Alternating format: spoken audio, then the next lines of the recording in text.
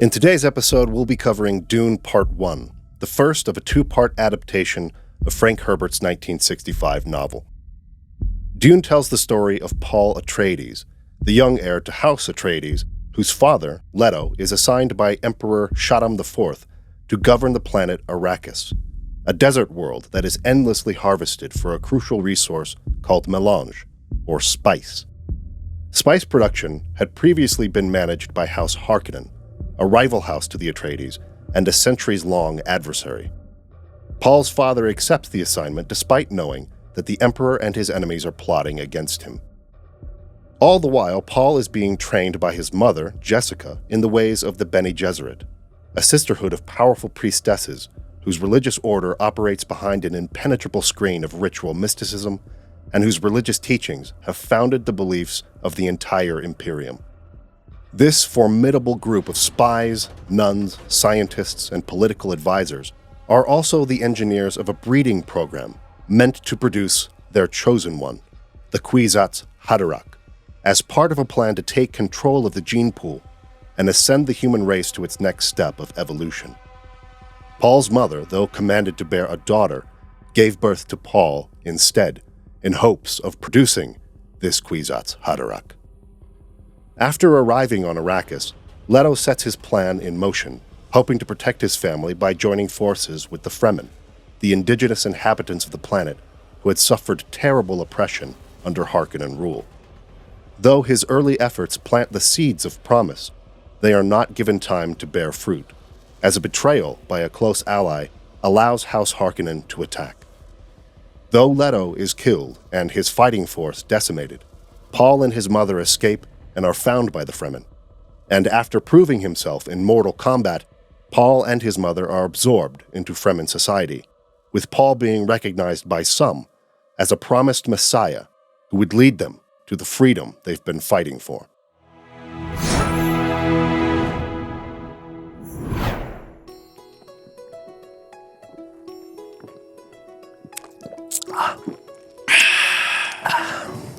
So, what are we doing today? You're really enjoying that water there, aren't you? Yep, abundance.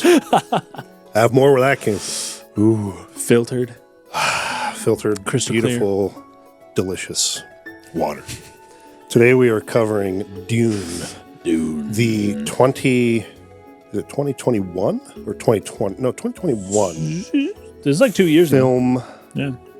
From Denis Villeneuve. Yeah. We will also be covering Part 2, which just released in theaters recently. Later, yeah. Next month, we'll get to Dune Part 2. Speaking of, welcome, patrons and subscribe stars. Patrons, subscribe stars. Thank you so much and for YouTube supporting the channel. Supporters, yeah. And YouTube supporters, we appreciate you. This is this month's breakdown analysis that is exclusively for you guys for 6 months or whatever it is. We're covering Dune today. Yeah.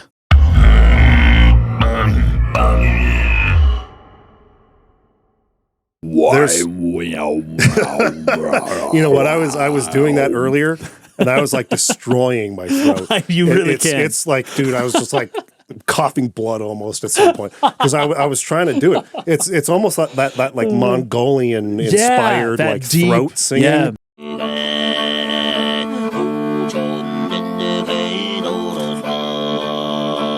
If you've ever heard that. I have. It's so cool. The Sardaukar that do that, right? Yeah. It's really cool. About a week ago, last time we met up and recorded the episode on Planescape or whatever, I would have told you that I liked these films, not the 1984 Dune film. Yeah. I also have not seen the 2000 whatever it was miniseries. I ain't seen any of them. But this adaptation of Dune, I would have told you I liked way better than the book a week ago. Then I read the book. And it's a good book. It's actually really good. So I had read it, I want to say like 15 years ago for the first time. And I remember almost nothing about it, or I remembered almost nothing about it, except for some very key parts. Yeah. Like, you know, the knife fight at the end with Fade Ralpha and the first time he rides on a worm. Yeah. All of that's not in this movie.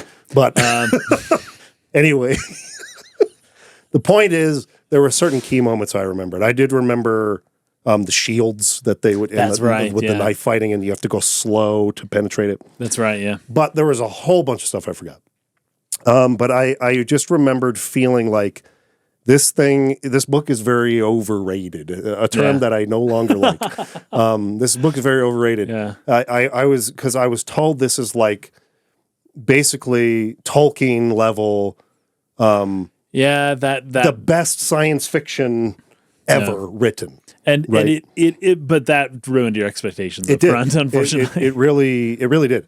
But I think it's because I was also reading a lot of Asimov at the time. Oh, right. I was reading Arthur C. Clarke. I think I read Childhood's End right around that same time, 2001. Isaac Asimov and iRobot and Foundation. And I was reading a lot of science fiction at the time. Yeah. A lot of stuff I had not read as a teenager growing up that I was very interested in. And so I think my brain was just kind of in this mode where like harder science fiction was cooler or something. That's like the current, I can't remember the writer's name, but who wrote The Martian. Yes. And, yes. Oh, what was the other one? There was another one that I read recently. Yeah. They're good books, but they're very scientifically like technical. Accurate. Yeah, right? Yeah, very. They make a very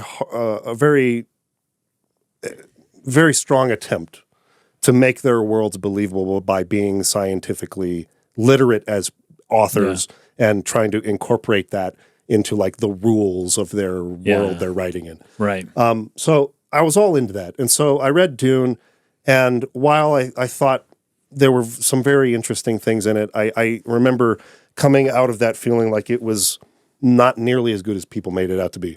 And I've done a 180 on that this week. Yeah. The book is amazing. It's very good. It's amazing. There's a couple of things about it that bother me a little bit that I think are better in these two films. But there are also things that I think are done much better in the book than in these films. So they kind of balance each other out for me at this point, where it's like there are certain elements of the film story that I like better and certain elements of the novel story that I like better. And so we'll be making some comparisons with the novel as we do this, because I just read it. And I think it just totally went over my head. Yeah. Like what this book is actually about. Yeah. But I just totally didn't get it. Right. And reading it this time, and another thing too is watching the film right on the back of having read the book. There's so much about the film I missed. Oh yeah. Stuff that's in there that I didn't catch. Interesting. Because they're just kind of throwing it out. It's in there as a reference, but they're not explaining it like it's explained in the book. Right. And so like, oh, that's in there. Oh, I didn't realize. So there's a lot to talk about.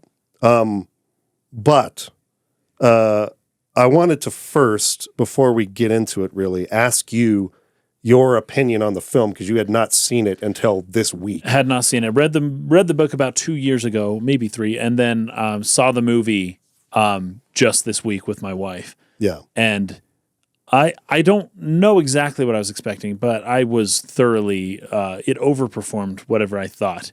I grew up my whole life hearing about this 80s Dune movie, and all my nerd friends were like, oh, it's so bad, it's good, like, you gotta see it. And I'm always like, I don't want to waste my time, man. Yeah.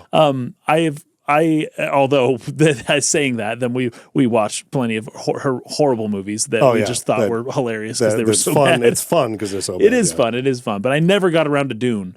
And so Dune just had this like association in my mind with just like cheap sci-fi, just like low quality. I hadn't even seen it. That's just whenever I hear people talk about it, everyone always talks about how bad the movie was. So I never really cared to read the books. And then, you know, when people say, oh, George Lucas stole a lot of stuff from Frank Herbert, I'm thinking, yeah, he probably stole it and made it better, right? Because like Dune was a stupid movie in the 80s and Star Wars is sweet, right? Yeah. And now that I have read the books, I see the immense potential there. It's like wild, really cool, cooler than Star Wars. Like I think Dune is way cooler. Way cooler. And the execution on a lot of the ideas and the worms and the sand and the mind powers and all this stuff, it's like it's Star Wars times 5. Like, why didn't George Lucas just like adapt Dune? Like, why did he even make his own thing? Yeah. Or maybe he was supposed to be adapting Dune. He couldn't get the rights. So he's like, well, same script, but let's call it my thing now. Basically, I thought that Star Wars had done it better and that Dune wasn't worth my time because Star Wars came later. There's a recency bias that I now have basically the opposite. I have a recency unbiased now. For like the older it is, the better it probably was in my mind now. But at the time when I was first hearing about Dune, it was all about like, oh, Dune's pretty cool, but Star Wars is probably better. And I was so wrong. And the book is amazing. It's very good. But this movie was something else. I don't know that I've seen a movie quite like this in a long time. I know. The scale, the way that the cinematography sells the scale, the sound design. And here's the thing. I watched this at home on my TV. Yes. I wish I saw this in theaters. That's what I was about to say. I could tell. I know it's tough because you've got a big 4 family. Kids. We're going to the theater tomorrow. You're already going to the theater to watch a kids movie. We're going to go watch Madagascar 4. So it's kind of hard to justify. It's hard getting away or even finding a way to do it. Yeah. But if you can see part 2 in theaters, I can't recommend it I think it's still in theaters, and my wife really liked that movie. Yeah. Like, she was captivated the whole time. She kept telling me, like, I've never seen this before. Like, really? And I would tell her, yeah, the dude wrote it in like the 60s. And she's like, yeah, but is this following the book? I'm like, yeah, this is following the book quite well. That's another very interesting thing, that the movies follow the books quite well, and where they diverge, it's perfectly understandable. Yeah. And then where they're different, or you mentioned there's maybe some quality level differences between the two.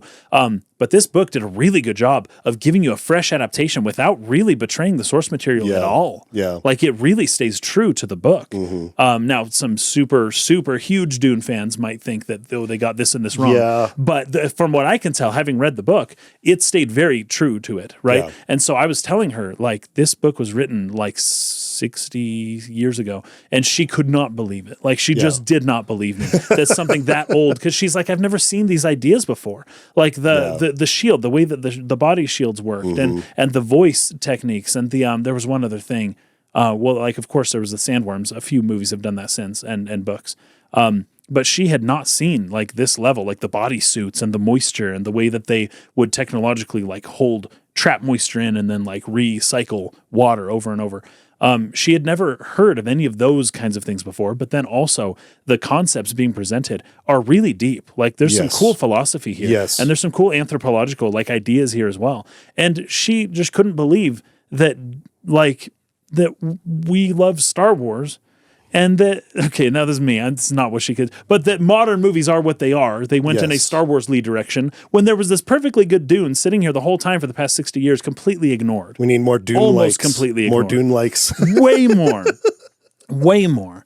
And so, but she was just like in shock that these old ideas seemed so new to her that she couldn't believe how old they were. Yeah. And so that was really fun watching it with her. And so I might be able to convince her. We might be able to watch the Dune Part 2 in theaters. Yeah. It's more or less the point of that whole story. Yeah. I would recommend it because this is something, and I think I'll probably have to find the quote. I don't have it on hand. Yeah.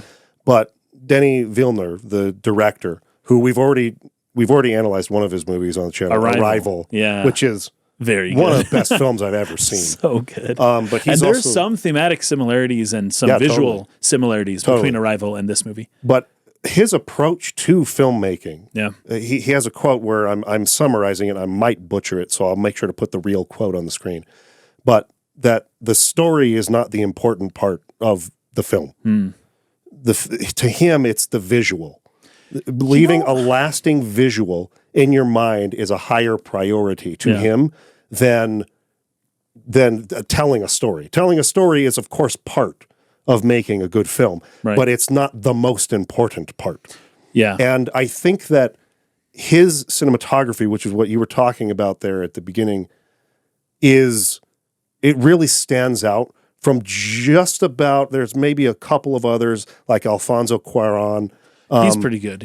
But these foreign filmmakers, yeah, I think have a much better sense for the composition, for what the visual they are putting in front of you, and emphasizing that and prioritizing that above the other congruent parts that come together in the audio-visual experience. The script, the performances of the actors, the story, all of that is secondary in his mind to the visual. Yeah. And making sure to create these moments that you will not forget that image.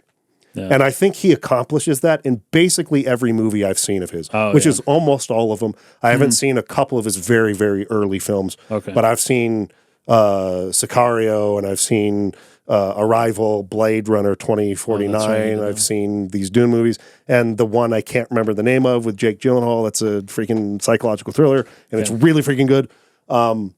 But he's fantastic, and like from that movie, for instance, I can see the image of the woman walking upside down through the freaking hallway. In Blade Runner, the image of the girl in the city, and she's like reaching down and like towards him, and he's standing on this bridge, this little person down here. In Arrival, it's them walking towards the room with the aliens for the first time, and they're kind of like upside down walking through that. He loves his upside down shots. And then in Dune, I think there's many just beautiful shots. Many. Just the shots of the sheer scale. He's so good with that. Yes. But also the first time you see that worm come out of the ground. Dude. The focal length, like the composition, he is so good. Masterful. He's so good. Now, obviously, he's the director. There was a cinematographer who did this stuff as well. Yeah. I would it's guess a collaborative effort. Exactly. Yeah. I would guess he works with the same cinematographer each time, but I don't know that. Filmmakers tend to do that. They find a guy they like. There's a consistent look between Arrival and this movie. Yeah. I will say that for sure. Yeah. But what's so funny is that you bring that up about Denis, but also remember before, I can't remember what movie we were analyzing, but you talked about how George Lucas was essentially doing a similar thing with dialogue. With sound. Yeah. Yes. He was like, I don't care the words. Like, yeah, you got to have like relatively decent words here, but I'm trying to evoke an emotion through audio. Whereas Villeneuve is trying to evoke an emotion through the picture. And like, but they're essentially, the point isn't the story necessarily. The point isn't the words. The point is you, like the way that you internalize it and remember it, the way it imprints itself on you, whether that's audibly or visually. Yeah. And I think the best artists understand that. There are many ways to communicate an emotion, a concept, an idea. And I think that we can get bogged down a little bit in thinking that it's the literary elements that must it's the grammar communicate that. Or the technical, like, did Han Solo use the word parsec? Technically, no. But like, so what? You got this feeling of like this massive universe. Right. It didn't matter. Yes. I think particularly people who like to write tend to focus on that as being where you get the meaning from something like a film. And it's like it's a vehicle. I see where Villeneuve is coming from with this. My stance on it is a little different. I think it's giving equal weight to all of those parts. You need all of them to communicate what you're trying to communicate. But I do like at least that we're taking away from just the script and the words and saying that's not a story. Right. That's not the important part of the film. You go to a film to see something. It's an image. It's a series of images. And that's what makes it stand out from just listening to an audio drama or like radio. They used to do on the radio back in the day, or reading a novel, which they had for a long time before the film was invented. Right. So this is what makes this thing stand out. And we talk about games a lot. The gameplay is visual. What the interaction with that game world is what makes it stand out from film. So, you talk about, well, is this just a movie where you click A to go to the next part? Like, why don't just make it a movie? That whole debate. But that is what Heavy Rain. That's what distinguishes a film adaptation of Dune from the novel. In the novel, you get all of this exposition and explanation that you have from an omnipresent sort of like narrating voice that doesn't exist in this medium. You can't do So how can I communicate those ideas when I can't have a character sit and explain it to you? Well, through images and Yes. vignettes and Yes. what do you call it, juxtaposition, and especially in his dreams, Yes. right? You're the director. He's French, well, Canadian French though, Yeah. not France French. Yeah. And the French, by the way, have a very particular taste for the visual aspect, especially Yes. in film. Yeah. A lot of the best cinematographers going back 100 years, they were French, right? Yeah, right. Like you'll have your good directors were German, your cinematographers were French, your actors were English, the producers were American. Anyways, that was true 100 years ago, and it's maybe less true now because there's a lot of new countries involved. Like Sure. you mentioned Alfonso Cuarón. Yeah. Oh yeah, Spanish film is amazing. Oh, it's very good now. And so, but there's still some truth to that the French still kind of pride themselves on that photography. Yeah. And the English are still tend to be the best actors, that kind of stuff. Yeah, It's fun. Right. And I want to mention what really, this is kind of my thing. So when we were doing our Dark Pixel channel, our filmmaking channel back in the day, I was kind of like the audio guy audio on the is team. good, man. The sound in this movie is ridiculously good. Right. And I'm talking about sound, I'm not just talking about like, sound effects and Foley and things like that. I'm also talking about like the music, the music, soundtrack, which is Hans Zimmer. Yeah. And I know people like Some beat up people on, like to hate him. on Hans Zimmer. And I know why. It's because he's so successful is why. That's the real reason why. Yeah, that's the real. Same thing with But, Michael like, Bay and I don't want to throw out that there aren't legitimate criticisms of some of his stylistic sure. choices and how that has sort of oversaturated the musical what you mean. landscape of modern yeah. film. Like, I get that. I think it's completely valid. Totally.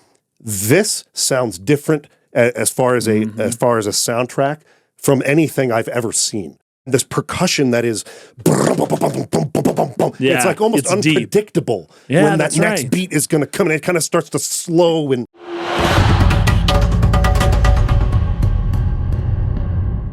It disarms you immediately. Like, what the fetch, dude?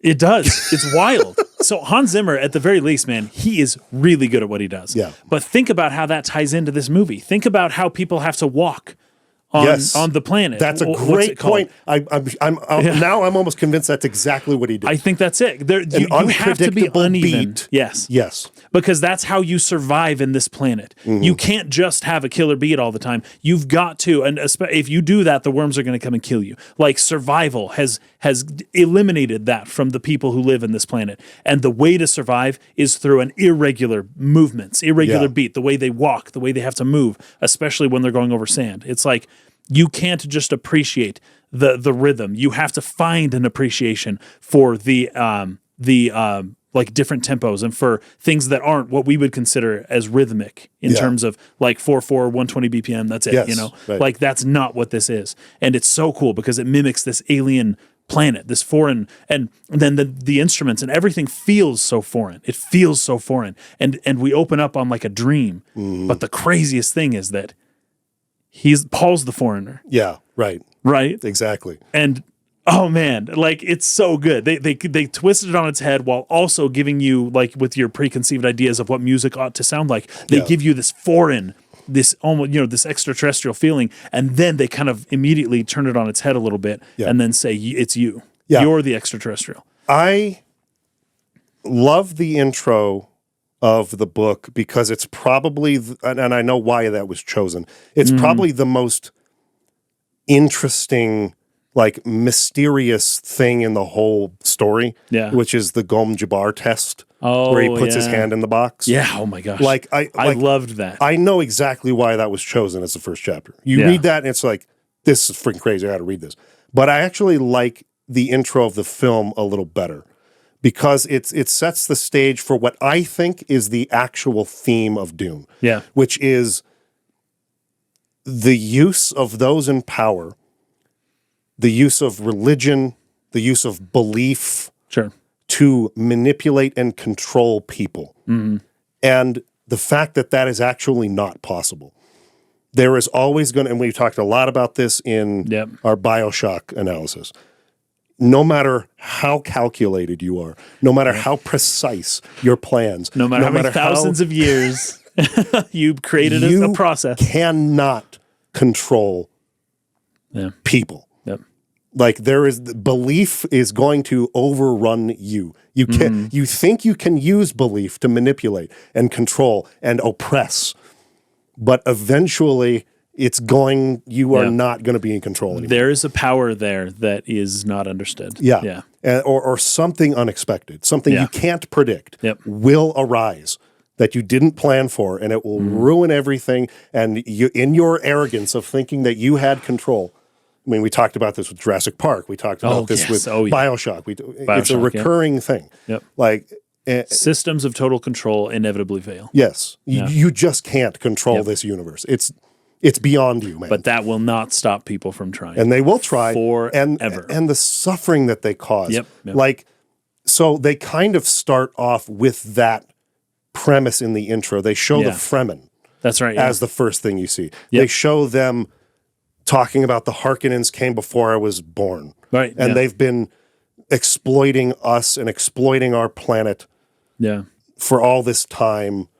But they are not able to control these Fremen. They cannot keep them in check.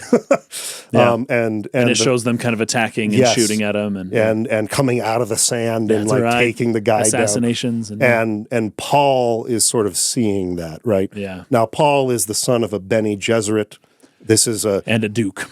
Yeah. And a duke. And the Bene Gesserit is a whole order of like these witches. Women, and they're all female, and they have this ability to sort of see glimpses or possibilities of the future, which is what has made them so good at what they're doing, which is sort of shaping politics. From the shadows. Yes. From the sides. And using a religion to do this. That's right, yeah. So they've established this religion, and they take that everywhere, and they just plant these seeds of belief all over the galaxy that they think they can then use to control those people and those people and those people. And then what they're really trying to do is diversify the gene pool. That's like ultimately their goal, because they see the weaknesses in the human being, and they're trying to like push that next step into what they consider a brighter future for humanity, to get out of this inbreeding and all these flaws in the genetics, and like actually push mankind to that next level. This is very Nietzschean. Very Nietzschean. So they're looking for the Übermensch. Yes. And it's in part because, and the movie doesn't talk about this much, but part of the premise of the world here within Dune is that there was an uprising, right? That there was a world of, you'll notice that there are no computers, there are no robots, there is no artificial intelligence, even though this is 10,000 years in the future, right? And that's because the AI kind of took over things, and then the humans wrested control back from the AI and just obliterated it and said, we're the ones who are going to remain in control now. It's going to be humans, right? But in order to do that, now basically we have to become Nietzscheans, right? We have to like, okay, technology will not save us. We've got to save ourselves. How are we going to do that, right? Yes. We need to get good at this. We need to become these Übermensch, and essentially the Kwisatz Haderach is the Übermensch. That's what it is. It's exactly it's the perfect, the final stage of what humanity could become, right? Yeah. And they've got this many centuries long, millennia long process of kind of shaping evolution, and you have to do it through evolution because we're humans. And if you're going to eschew technology, then you're going to have to rely on the evolutionary process, and however you can game that through eugenics in order to produce purposefully the future that you want. Right. And so that's what's happening here. But eugenics tends to not work, and evolution, there's all kinds of things that kind of like you throw a wrench into it. Control it. They do. Even when we try to do it with like the whole dogs or food. Of evolution is random, unexpected There's a mutations. lot of that. Yes.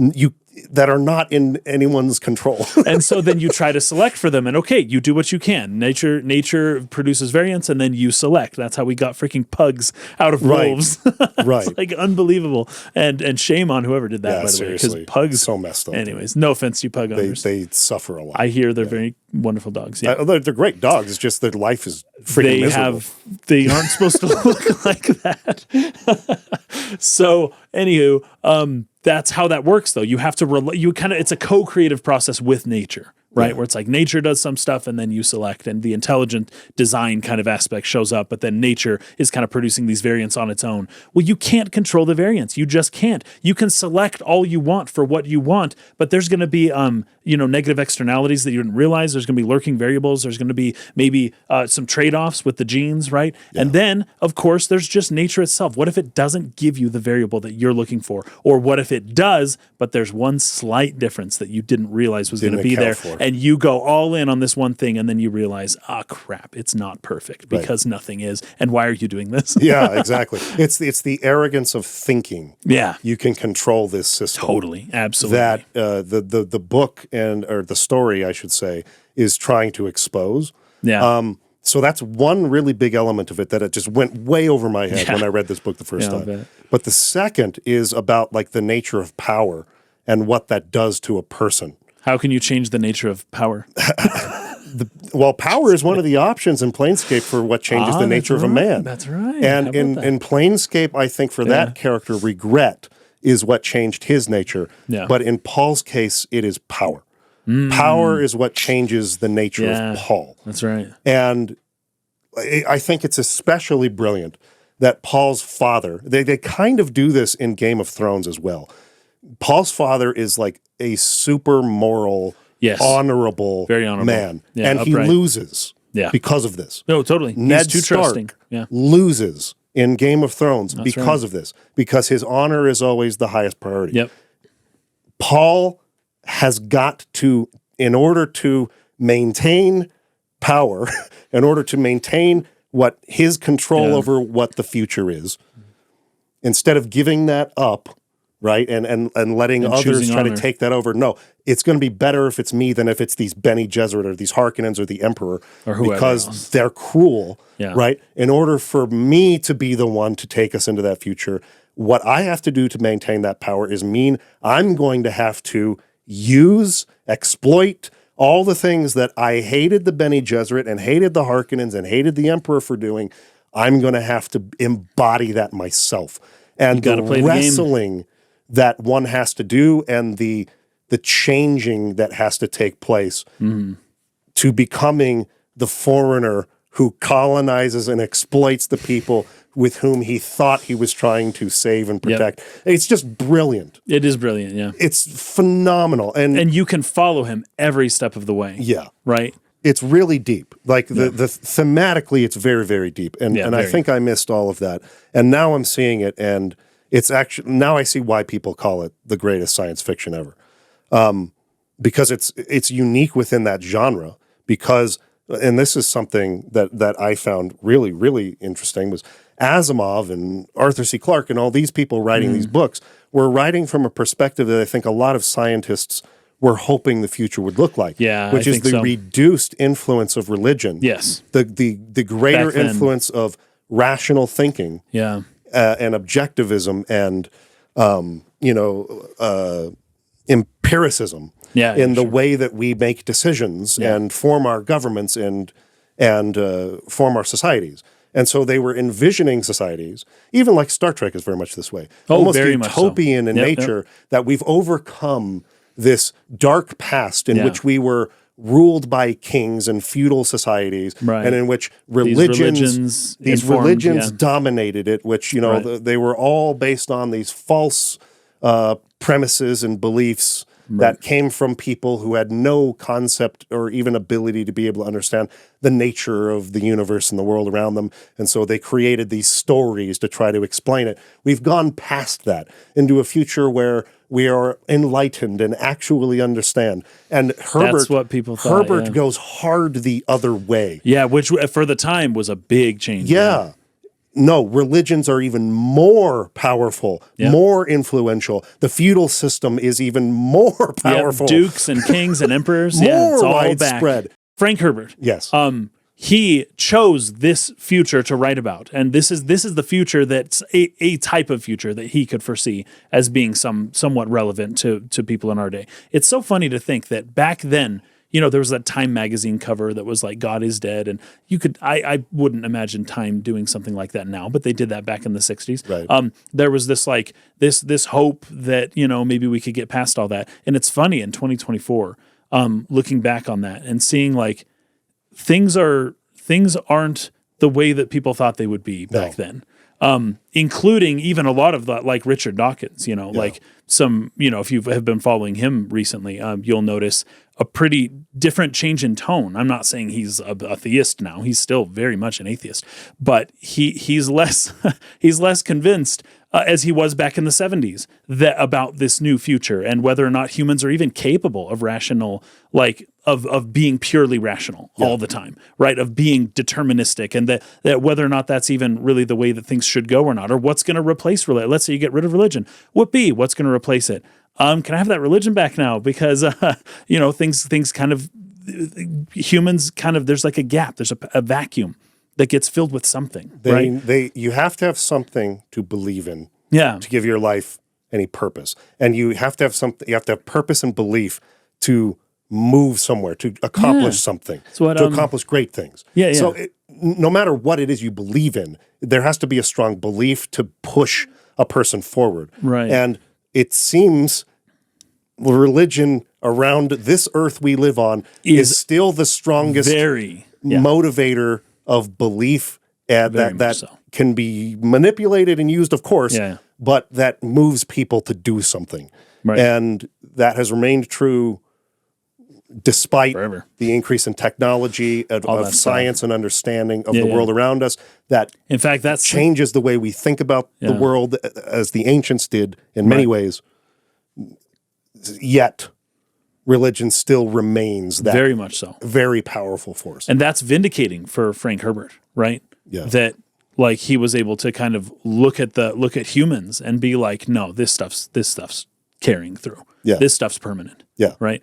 And anyways, it's very fascinating. I love it. I had something else I was going to bring up, but I was going to say the technology too. It's like it's not just that religion stays as this dominant force. The fact that the technology that's crazy. Is not. Yeah. Who in the 60s didn't technology? Think, wow. Who in the 60s didn't think we'd be taking pill form, dinners, and like the computers would fly us around and everything would be like, everyone thought that was, even now, they thought that 2024 was going to be like that. They thought it was coming so soon. I remember my mom had a book in our house from the 60s that was predicting that people would live on the moon in like the 1990s. Oh my gosh. That's hilarious to watch some of those predictions. The way that things were going, the urgency with which NASA was moving in the 60s. Yeah. Have they continued to be that way? Right. That might have actually happened. That's actually a pretty good point. But once we got to the moon and we beat Russia there, it was like, who cares now? Who cares? Screw the freaking space program. This is one of the difficulties that, for instance, like Elon Musk is having. He wants to go to Mars, but there's no one cares about it until I don't know, maybe the government of China is found. or a resource, until there's some incentive. Until you find spice melange on Mars. Or until a competing government decides to go to Mars. All of a sudden, you're going to see some hype for who can get to Mars first. Right. But when just one person wants to do it, it's harder to do. Yeah. It's a lot harder to do. Yeah.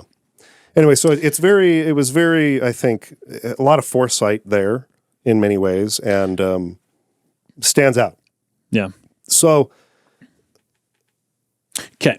why don't we go over what you got first? I just got a few notes on the very, very, very beginning, because that killer voice shows up right at the beginning. The Sharda like, and he says, dreams are messages from the deep. Yes. Oh, and this may have been the other point that I was kind of trying to make. It's a collective unconscious, dude. For sure. Oh my gosh, Carl Jung is all over. I'm not going to go into it too much because we've talked a lot about him in the past. But his fingerprints are all over this story. Right. Everything about it. I will bring it up where it's relevant. He was alive at the time too. So Jung died in 62, 63. So okay, so it would have been like after right around then. Yeah. What was 64? I think 65 was when 65 was when Dune was published. But yeah, Jung died right before this. But his fingerprints are all over it. Once again, George Lucas. Okay, fine. All right, so dreams are messages from the deep, and that's how it starts. But the way that they present that, first off, I've many times, sided with Jacques Lacan on his ideas of movies and what watching a movie does to the mind, basically. The mirror theory, stage. It reverts you back. It basically makes you experience you watch the movie as though you were experiencing a dream. Your brain gets put into this dreamlike state. Movies are dreams. That's essentially what they are. And so you got this darkness. You don't see anything yet, but you hear that voice and you don't know what it's saying. You don't understand it at all. Yeah. But it's foreign and it's crazy. And then it tells you that dreams are messages from the deep.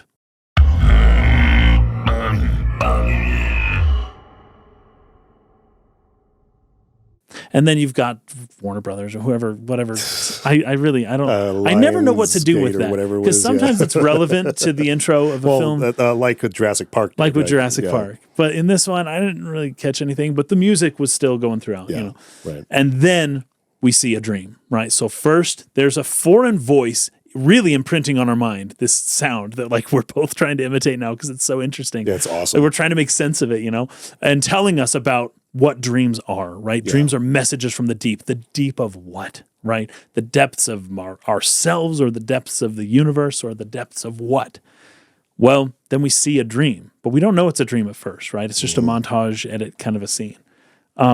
But this movie, if we're going to say that this movie essentially is a dream for us, right? Then this movie, in the Lacanian sense, and Jungian as well. In that sense, this movie is carrying to us a message from the deep, and it is. It is. It totally. The book did that, but the movie's going to do it in the way that we dream. Yeah. Books will do it in the way that we research and learn when we're awake, but this movie is going to show us a message from the deep, the way that we experience those normally, which is a dream. Yeah. And this whole movie, it's very profound. But we see all this stuff, right? You see it's basically the story of the planet, right? And what's happening there. And then our character wakes up, and this is so good because he wakes up, everything's blue in contrast to the desert world. He wakes up from a dream, and he's sweating. He's sweating all over. Yep. And if you know about the story, or if you maybe have watched the first movie and go back and watch it again, like he comes from this watery planet, you know, and it's just the contrast is beautiful. We started this video with the abundance, with the drinking water. It's about time to take another sip. Yeah, that was what really struck me too. There's a really important truth, I think, to this idea that the Atreides, as honorable, as respected as they were, had become weak as a house because they came from this world of water and plenty. Right. And they were not adapted to the conflicts they were going to actually have to face. That's the guns, germs, and steel argument, if you've heard that one. That book. I've read that book. And it's not until Paul adapts to Arrakis that he actually is able to, first of all, awaken as the Kwisatz Haderach. He doesn't fully awaken until he's been exposed to the spice for a period of time. That's right, yeah. And learned the ways, the desert power. This is something he says that's right. Right before they leave. He's like, we ruled Caladan through sea and air power, and on Arrakis it will have to be through desert power. And he doesn't have any idea how to use desert power. No. He's an old man now. He grew up his whole life with water and air power, and he's totally just not ready for this. But Paul is young enough to be able to adapt. Right. And so the fact that they contrasted those worlds, and I think Paul says this in those excerpts at the beginning of each chapter that are written by the Princess Irulan about the life of Muad'Dib or whatever. Oh, yeah, that's right, He has some quotes like that, like we were weak because we came from that world Things of were plenty and bountiful. Yeah. And you have to, in order to become strong, you have to go into that place where you don't have any of the comforts anymore. Where it's hard. What you see at the very beginning, they're having that dinner scene, right? Yeah. And you see images that will show up throughout this entire film, but you see a bull. There's well, not the matador technically, but the guy the bullfighter, basically, right? Yes. He's got the little illusory cloth that he hangs out to trick the bull into doing something. Then he steps aside, and that's how you bullfight. Turns out Paul's grandfather was a bullfighter. Yep. So then we go out to his grandfather's tomb, right?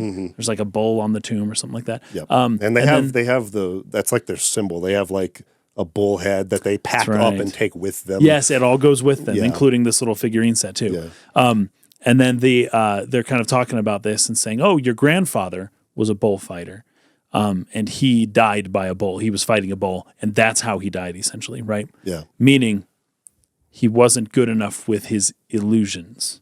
He wasn't good enough at tricking the bull, and so he died. Oh, that's a total microcosm for the whole Isn't that Bene cool? Gesserit. Isn't that cool? The Bene Gesserit get ran by the freaking bull. The Kwisatz Haderach is the bull Oh, to totally. the Bene Gesserit. That's crazy. Fetch. This movie is profound as fetch. It's very good. So you have the cloth, and then they also wear veils anyways. It's a whole thing. Yeah. So you have the cloth, and what you're trying to do is you're trying to beat the bull through deceit. You're trying to wear it down. You're trying to fight the bull, right? And so that symbolism is going to show up all over the place. That you're trying to trick something, right? Yeah. This is how you exercise power. You direct it. You don't just do it yourself. You direct it, right? You've got to, through trickery and all that kind of stuff. So that's a really good, what would you call it? Kind of intro, to use the world around us to kind of inform what's happening here in this world. And then he's got that really good line there, which was so good. A great man does not seek to lead. He's called to it, and he answers. Now, he may say yes or no, and whatever your answer is, that's fine. But, if you're called to that position, it's in your court, essentially, right? And I really there's so many good one-liners in the book too. Yes. There was a really good line too. This was from Jessica, I think, his mother. That's Jessica, right? Yeah, Jessica. She said, or no, it was either her or another woman that she was talking to, but it was, shield your child too much, and he shall not be strong enough to fulfill any destiny. Yeah, I think that's the Reverend Mother who says that to Jessica. Yeah. Oh, such a good line right there, man. Yeah. That's like there's this potential, there's these things to be fulfilled, there's these possibilities. But if you're too protective, if you shield things too much, then your child won't be strong enough to fulfill any of that potential that's there. You have to let them go, which is what she does when the mother Bene Gesserit shows up. Yeah. So and then she has to let her son go. We should mention real quick that so the Bene Gesserit are doing this this breeding program, right? Yeah. To try to produce the Kwisatz Haderach, who will essentially have a male who will have Bene Gesserit powers scaled to 1 million. Yeah. Right? So the Bene Gesserits have an ability to access memories through the matrilineal something or other. Yeah. That the mother line, I guess. But they cannot access any memories passed down by the fathers. By the fathers of any of them. So they and that's at least in part why it's mostly an order of just women, that they only have access to the other women who have influenced their lives, not to the men. But the Kwisatz Haderach, will have both. as the theory goes, will be able to access both sides, the masculine and the feminine energy that created him. Yeah. Whereas the Bene Gesserit can only access the feminine side. Yeah.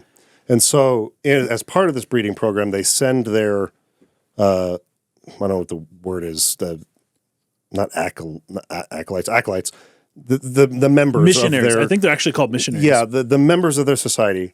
Yeah. So they have the missionaries that go out and spread the religion, right? So they can influence people. But they actually send these women to marry important That's right. leaders and to fix these bloodlines, right? Yep. So, but they can choose. Yeah. They have on the cellular level, they have control of their own bodies. Of the genes. Yeah, they can choose the gender of the child they're going to have.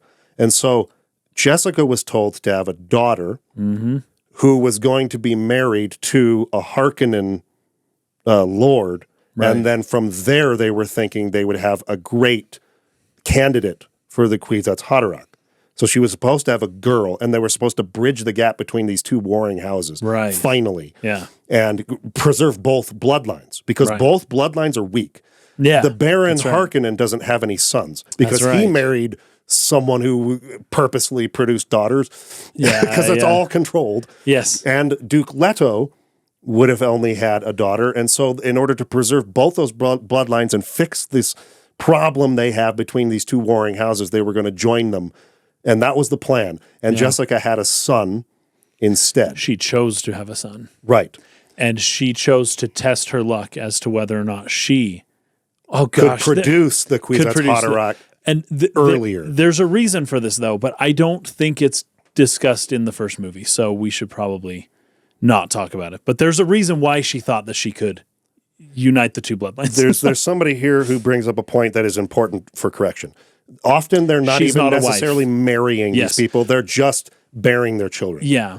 One thing they don't do in the film really at all is explain what mentats are. No, they don't at all. They don't. It's just he's good at really stuff. make an attempt at that. Not like even, the closest they get is that they show Thufir Hawat when the Imperial like ship arrives and they're going to like officially make him like give him the fief to Arrakis. Yeah, they're going to make it official. They have a whole ceremony about it. I love the line which is added for this because it's a scene that's not in the book where he's like, your father expects you to be in, or Jessica says to Paul, your father expects you to be in full dress for this. And he's like, military? Ceremonial, right? And he's like, and he's like, why do we have to do this anyway? Like, didn't they already give it to him? Ceremony, she says. Ceremony. And once like, again, yes. Once again, you've got that concept of like, what's up with all the rituals and the ceremony? Can't we move past this? Right. This isn't important. Right. And what Frank Herbert essentially is showing in Dune is that while people may have those inclinations and when can we stop doing this? His answer is, this is how humans are. It will never stop. Right. Right. And that, whether you agree with that or not is a separate thing, but this is how humans are. Right. Humans want ceremony. Ceremony is important to humans. Ritual, even if some people think it's meaningless and doesn't make sense. Yeah. Yeah, I like that. So when they arrive, the closest they come to even giving any even visual explanation of what mentats are. That guy's eyes. Leto asks, how much did it cost for the Emperor to make this trip out here to do this? To put a stamp on this paper to make it official. They bring like 10,000 troops with them wherever they go.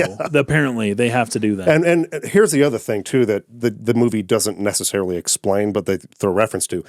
The Emperor, there's all these different factions of power here. So you have all the houses, right? All the ruling houses.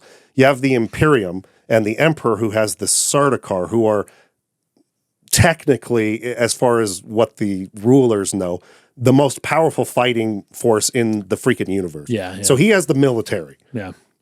The most powerful military. But he is not in control whatsoever of the Spacing Guild, is what they're called. The Spacing Guild is their own faction, and they control getting people and transporting them from place to place.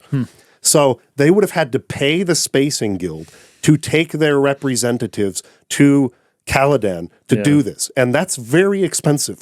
It is. And so he's like, how much would it have cost to make this trip for this stupid stamp on this piece of paper? And Thufir Hawat, really quickly, his eyes roll back, and he does a very quick calculation and says it would have cost this much money. Yeah. So that doesn't do a lot to really explain mentats. No. They are basically human supercomputers. They're Jedi, sort of. And they can predict all these different outcomes. And so they're great advisors because they can give foresight in a different way than the Bene Gesserit do. The Bene Gesserit actually see in a more like biological memory kind of way, the past and the future. The mentats are doing this through almost pure calculation and like odds and statistics and things of that nature. But they can make these calculations very quick, like this. Yeah. So that's what mentats are. So one of the examples of that is that in the book, when Paul is fighting, he is seeing all possibilities. Yeah. Every move, every step he takes, he's like, okay, if I put my foot here, then that opens up these 12 dozen possibilities. Right. Okay, but if I put it over here, then I can do this. Okay, he put his foot there. And it's almost like you're just thinking at lightning speed. Yes. He can just think so fast that he doesn't even need to physically be super powerful. He can move around somebody almost as if he can control time because he's predicting the future at every moment and the different likelihoods of different things happening or not. He's able to calculate super fast, and then he's able to basically just disarm somebody just like that in no time at all. Yeah, and what's not mentioned in the movie at all, but it is in the book, is that he was being trained to be a mentat. He was seen as a strong candidate for being a mentat himself. And how amazing would it be to have a Duke who's a mentat? That was a mentat, yeah.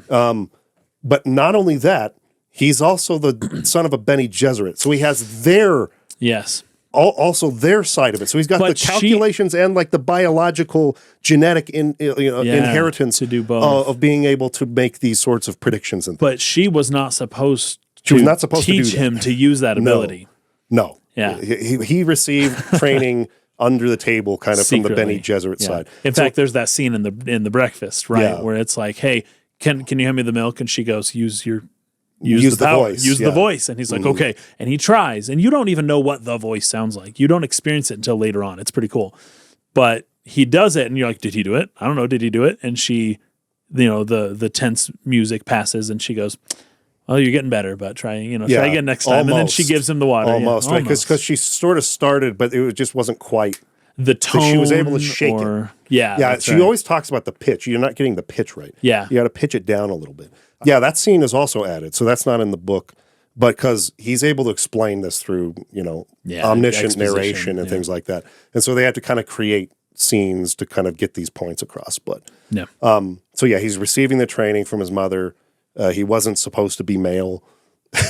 All this stuff. And so she's breaking rules. They get a visit from the Reverend Mother who is not happy about this no, she's not. at all. And but he surprises her in the test with the Gom Jabbar. And they again, this is, I think, because I read the book version and then I watched the movie version, and it's exactly what we were saying. He's communicating this concept through the images he's choosing, through the look that Paul gives her. Because at first he's really struggling with the pain, but then he sort of just like takes control of it. You have Jessica outside repeating the prayer of fear is the mind killer. That's right. It's how fear is the little death. Yeah. I love that. It's like the prayer that the Bene Gesserit used to calm themselves. To be able themselves. to more to use their powers more effectively. And it focuses on the future. They say fear is what you're feeling now, but focus on the future when you're no longer feeling the fear. Yeah, when it passes. And once the fear's gone, it'll be as though it never happened. And only I will remain. Yeah, and then only I will remain. And the fear will be gone and I will remain. I didn't notice this watching the film before, but it looked like to me watching it this time, as she's reciting this on the outside, he starts kind of mouthing it himself in the room. But she tells him to stop. The mother says stop. Well, because he was grunting and making noise, and she's saying, shut up, be quiet. But then I think it looked to me, I was watching on a phone. There was almost like a telepathic it connection. It seemed like he was kind of like mouthing that to himself. So he was centering himself the same way that they do. And then she taught him to do that. Then that. he looks up when he gains control of the situation, like he's controlling his reaction, and the pain is no longer controlling him. And he gives a look to the Reverend Mother, and that you can see frightens her. Yeah. She's like alarmed by this. She's like, this might be the guy. But she almost gets upset at that because she knows that they're broke doomed the rules to die. Yeah, like that's they're right. being sent by the Emperor to go get slaughtered. So what a freaking waste of this great potential that you did. And now he's just going to go freaking get killed by the Harkonnens. Great job, Jessica. I did my best to make a path for you. Hopefully he'll figure it out. Right. Peace, I'm gone. You're the one who's losing a kid now. Yeah, peace. Like, she's mad. Yeah. But in the book, she also mentions that no Bene Gesserit woman was ever given that much pain in the test. So he took more pain than anyone had ever done. Wow. And conquered it and proved he was, as she calls, human. Yeah, rather that's than right. Not reverting an animal. to the animal instinct and an gnawing animal, off his own hand to avoid the pain. To escape the pain. So anyway, that's wild. It's crazy how that scene comes so late in the film version, but it was literally the first chapter. And of the it book. was such a memorable scene in the book as well. Yeah. I remember when it was happening, I was like, I even whispered to my wife, I was like, oh man, this is it. This is so tense. This is going to be so cool. And there's two things happening here because there's almost a difference of scale here, right? Because he walks up and then she's threatening to kill him. And so he walks up, but he has to put his hand in a box, right? Yeah.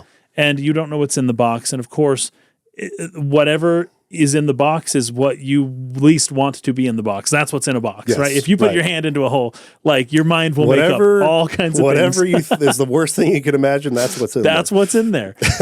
And so, but this is great because there's a bit of like almost like a Schrodinger's box thing happening here. Sure. That he puts his hand in. He doesn't know if he's going to still have a hand afterwards. He doesn't know if he's going to survive or not, right? He doesn't know that the future is all uncertain. And now put your hand in the box and we'll see what happens. But she just sent her son into the room and the door was shut. And there's a Schrodinger's box in the room. She doesn't know if her son's alive or dead. The second that door shut, she doesn't know if he passed the test or not. Yeah. And she's in agony out in the hallway.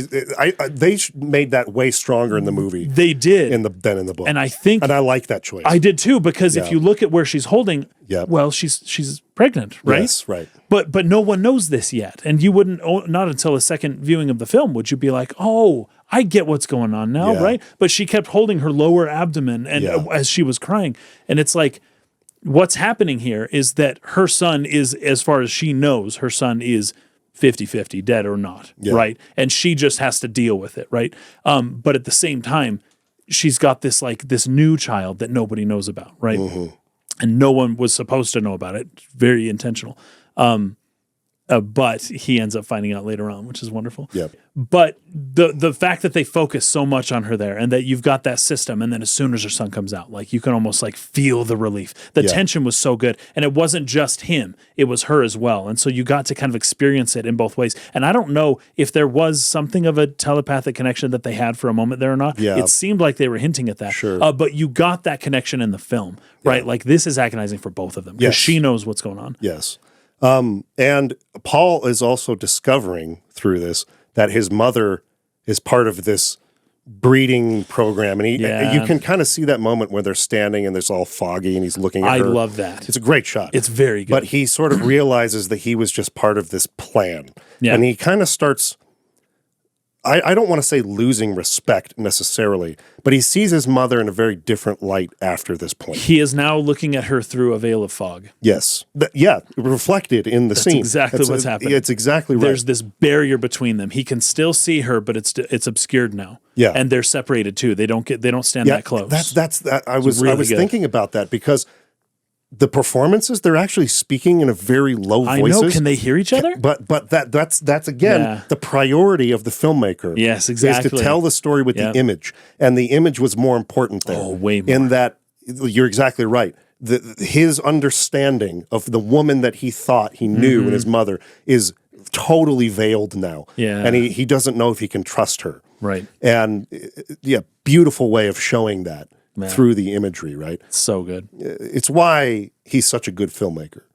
So then they leave Caladan and they go to Arrakis. And of course, the Harkonnens have sabotaged the whole spice mining operation. All the equipment is freaking messed up. They purposely got rid of all the silos that are supposed to hold the the spice in it. That's right. And they're basically just... Their whole plan here, like the hinge of Leto's plan, and I think this is described a little bit better in the book, but they still get it across in the movie, is that the Harkonnens underestimated and just totally disregarded the Fremen. Yeah. And so they know they're walking into a trap, and their enemies know that they're walking into a trap. Yep, but they have no choice. Because if they didn't go, the Emperor would call them out as, traitors or something. Yeah, so they would either have to go beyond, the borders of the Imperium and become, what they called, in the book, they called them, I can't remember the term of it. Anyways, like a renegade house. I remember what George Lucas called it. A renegade house, and basically just leave the Imperium. Yeah, like the Hutts. Of course. Yeah. Or they would go through with this and find a way. And Leto's plan was to use the Fremen as allies because there were all these reports that they were fighters that were even better than maybe the Sardaukar themselves. Right. And so he sends Duncan Idaho, his best warrior, there to infiltrate them. Now, my wife laughed every time his name. His name is stupid. Why didn't they just call him Duncan? Just why did they have to say his full name each time? Because Thufir Howard, cool name. Gurney Halleck, cool name. Yeah. Paul Atreides, cool name. Very cool name. Duncan Idaho, what the fetch? Yeah, Duncan Idaho. Anyway, he sent there to plant the seeds of an alliance. Yeah. They're going to go there, and there's the trump card up their sleeve is that if you try to move against us, we've got the desert power, the Fremen, on our side. Yeah, right. And you underestimated them. And so one of the first things they learn when they bring Stilgar there, well, actually, Duncan Idaho reports this. He comes back and says there are hundreds of sieges, and there are like 10,000 people in a siege. Yeah. There are millions of Fremen on this planet. And the Harkonnen only estimated there were maybe 50,000 total. Yeah. And it's partly because they believe the whole southern desert is uninhabitable. Yeah. And this was right. something, again, I did not realize until I read the book. And there's a very small mention of it when the Reverend Mother goes to talk to the Baron, and they're in that cone of silence, right? Oh, yeah. And he says that there are no satellites over the planet. The Fremen, as is explained in the book, the Fremen are bribing the Spacing Guild to not put satellites over the planet. So they have their own spice, like hoard, right. that they use to bribe the Spacing Guild to not make it lawful to put satellites there, so that they can hide their true numbers and the fact that they have this huge population in the south. Did you just say to hide their number? Do they walk in single file? I'm just curious here. No relation. They walk obviously. in. I don't know what file that would be. They're crazy freaking. Oh, that's right. The erratic what do file. They call it? It's the deer mouse. It's based on the way that the deer mouse. Oh, the Muad'Dib little mouse that. But there's the dancing, the step. I can't remember what it's called. Yeah. Anyway, yeah. Oh, those are those birds that do that too. I forget what they called. They kind of do that thing where they like walk through the sand like this. Right. They're really everything there lives to go to the beat of a different rhythm. Right. That's fun. Anyway, so they find out the Harkonnen totally underestimated their numbers, and there's millions of Fremen, and they're all adapted to this really harsh environment, and they are really freaking strong warriors. And if we have an army of these people on our side, it'll be good. We can fight against the Emperor himself. Yeah. But the problem is they just don't have the time they need to make this plan come to fruition. Right. That's one thing that Leto ends up saying to her is, I thought we would have more time. That was the fatal flaw. The Harkonnen just very quickly turned around and went right back. And because they can't afford for the spicing operation. Oh, yeah. Because the spice, and I don't think we mentioned this, is used by the Spacing Guild. For fast travel, by right? what they call navigators, who no one's allowed to see. Paul in the book mentions that they at least have an understanding that they've been mutated to some degree to where they might not even really look human anymore. But it's a big mystery as to what these space navigators look like. Even the Spacing Guild members don't see their own navigators. Really? It's very secretive. Interesting. But they are infused with this spice, and that's what gives them the ability for interstellar travel. Yeah. So they have to have spice. And that's another thing about this too, is the planet itself, the only reason spice, it's the only place where spice can be found at all. Just this planet. Only on this planet. Yeah. And it's produced by the worms moving through the sand. So there was all this talk of, let's terraform the planet. But no, if we terraform the planet, we lose the spice, which is like the bedrock of our entire freaking galactic civilization. We have to subdue keep it like exploit it, and exploit the people who are natives to that planet to make sure that they don't get in the way of us harvesting this thing that we need for, very, very colonialist sort of attitude about it, right? So they sabotaged the operation so badly that spice production was almost non-existent. Yeah, they wouldn't be able to ramp up for like years and years and years. So they would not be able to. The civilization cannot afford this. Yeah, but they put Leto Atreides in a situation to where that's exactly what's going to happen. Yep, and then the Emperor can crack down on him. So they have to move against him and root him out. And then the Harkonnens come back and get spice production going again. But the only reason this plan even works at all is because the Harkonnens have this enormous reserve of spice that they can use to keep things running in the economy while they get the operation up and running again. So the only reason this plan works at all is because they were so rich and had exploited the planet so much for spice that they could afford to sell these giant reserves to keep things running while they sabotaged and then built back the spice production on Arrakis. That's crazy. Yeah. And that's much better explained in the book. But that's essentially what the plan was. Wow. So he got there and realized they gave us no chance. Yep. And the reason he would have been maybe misled about that is because there was a character named Dr. Kynes, who is essentially, I can't remember the title, it's something of the change, someone who's meant to oversee the handing off of the fiefdom from the Harkonnens to the Atreides. Right. And make sure it's done fairly and that no funny business is going on. What the Harkonnen do doesn't happen. Yes. Yeah. But essentially, that person was sent there to purposefully not see and not report back. Of course. Right. But it was all done legally, but then just not reported correctly so that the Emperor, because the Emperor was threatened by the power, the soft power that Leto was gaining. Because I think it had said, so Leto had power, he had been gaining that influence heavily, but also the Harkonnen leaders were richer than the Emperor. And the movie does mention this. Yes. This is always a rough time. If you're in a monarchy and the king is not the richest person, who's really in charge? Yes. There should be no reason why the king or queen is not the richest person. And if you're the political power, but someone else has all the money, you're not in as much power as you think. And so the Emperor is threatened by the Harkonnen, or by the Atreides, but he's also threatened by the Harkonnen, right? Because it's like, those guys have more money than me, and that's not good for any Emperor, right? But then also, these guys are gaining influence. Let me pit them against each other. Yeah. So they're going to fight each other. They're going to wear each other down.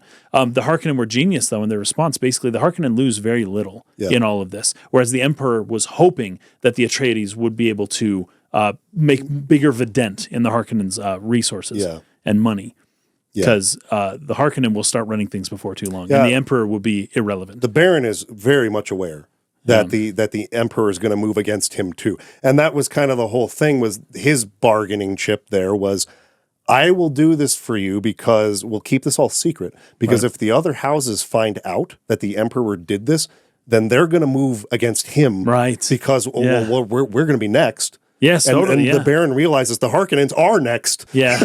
And so he's using the manipulation between all these factions of power is just so fascinating. Yeah. The fact that the Emperor of this civilization is not the richest person. He is not the most popular person. And he doesn't have the best warriors. He does not control freaking space travel and he all. doesn't control space. The only thing he has are the Sardaukar. That's right. Who he thinks are the most powerful fighters, but in reality the Fremen are. Right. Because they adapted to this freaking harsh planet. Yep. So it's just all extremely fascinating. Yeah, very good stuff. Anyway, Leto ends up getting betrayed by Dr. Yue, who is like the doctor who serves his family. This was something I think they did better in the movie than in the book. Oh, okay. They basically reveal, like, literally the second chapter of the book that Dr. Yue is the traitor. They just say it outright. And you even go into Yue's own thoughts, and he talks about how conflicted he is about betraying the Duke.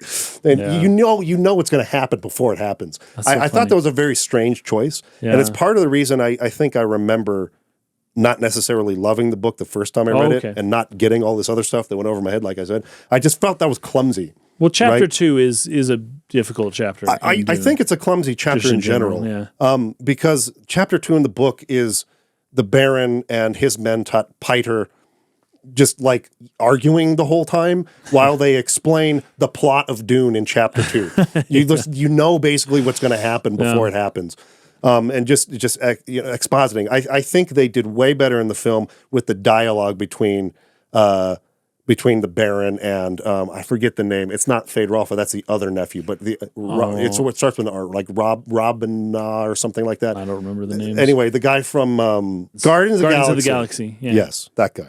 When he's talking to him, and they still kind of put a scene like that in there, where he's like, "Oh, how can the Emperor take this from us? Fuck! I'm so mad!"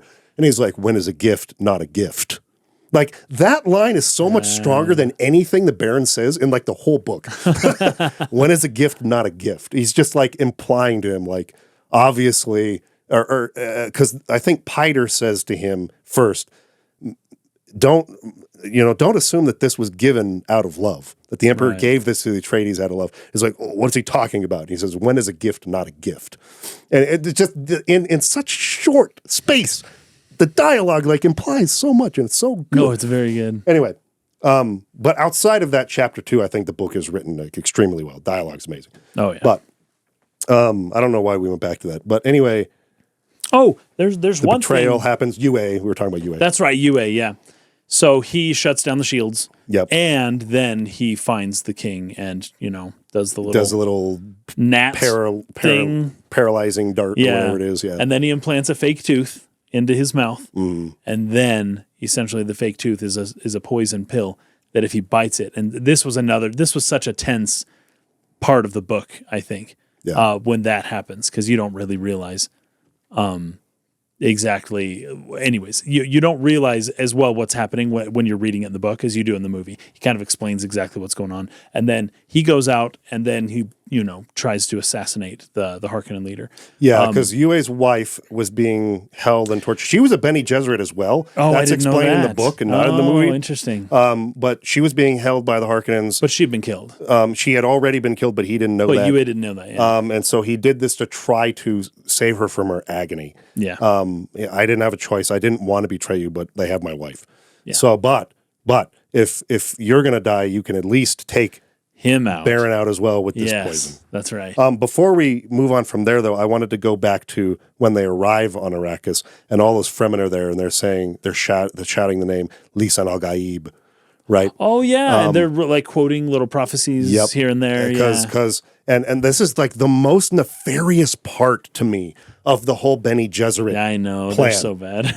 This belief and faith that the Fremen hold so precious to them was planted by the Bene Gesserit. Right. This is not their own native religion that they came up with in their own culture thousands of years ago and retained and cultivated. That was based on some understanding of the cosmos. Yeah, or that arose through some that emerged naturally through their own culture and through patterns, their own world. Yeah.